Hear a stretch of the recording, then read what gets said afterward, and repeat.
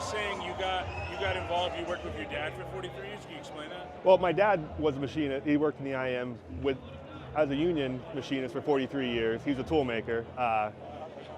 After I graduated college, wasn't quite sure what I wanted to do, wasn't making the money that I wanted to with my degree. So on a whim, I started working where he worked and making more than double what I was making using my degree. And that just shows how powerful it can be to be in a union, to make that sort of money. And some people that have their GEDs, and it just shows the power of when labor stands together. Yeah. And what do you think? I mean, you have a shirt on that says Trump is a scab. What does that mean? Because I know there's some union members that say, oh, unfortunately, you find union members want to vote for Trump? Unfortunately, there's too many of them. If I said it was 50-50 in my shop, that might be being generous. You try to talk to them and tell them that no one's coming to get their guns, and just because she's a woman, you can still vote for it. You know, like it's mostly white men in my shop, and they're still stuck in the 80s, I think. And trying to reason with them and tell them what Kamala is actually about they don't want to hear it. So it doesn't mean I don't try. It's just hard to convince these people so set in their ways, and they see this orange guy that talks like them, and they think, oh, he's going to look out for me. But no. Do you think it's more about the perception of reality than the reality itself? Yes, I think what he says and what he does are two completely different things. All they hear is what they want to hear out of what he says. Whenever he does the complete opposite of what he says, they don't care. They just say, oh no, he said he's going to do it, he's going to do it. It's like they're still waiting for him to build that wall, you know, so they don't care what he actually does. Do you think the majority of the guys in your shop are going to vote for Trump?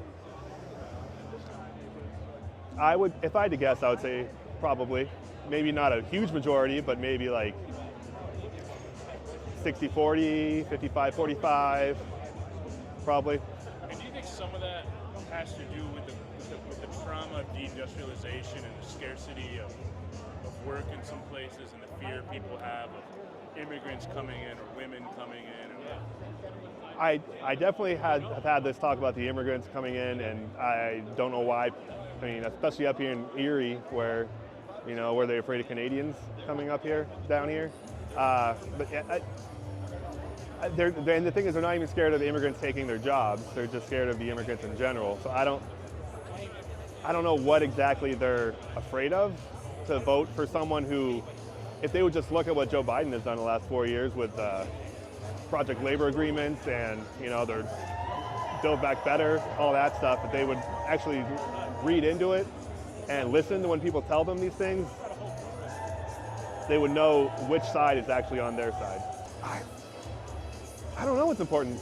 I would think that having a decent wage and time off and better wages, hours, working conditions would be important, but apparently people are so afraid of Democrats taking their guns that they don't vote for better wages, hours, working conditions. And you feel as a union member, you have a UAW shirt on, even though not a member of UAW, but the strike got so much popularity. Yeah. Do you feel there's a lot of new energy to the labor movement? I do, actually, because the IAM, they're in a big strike right now with Boeing.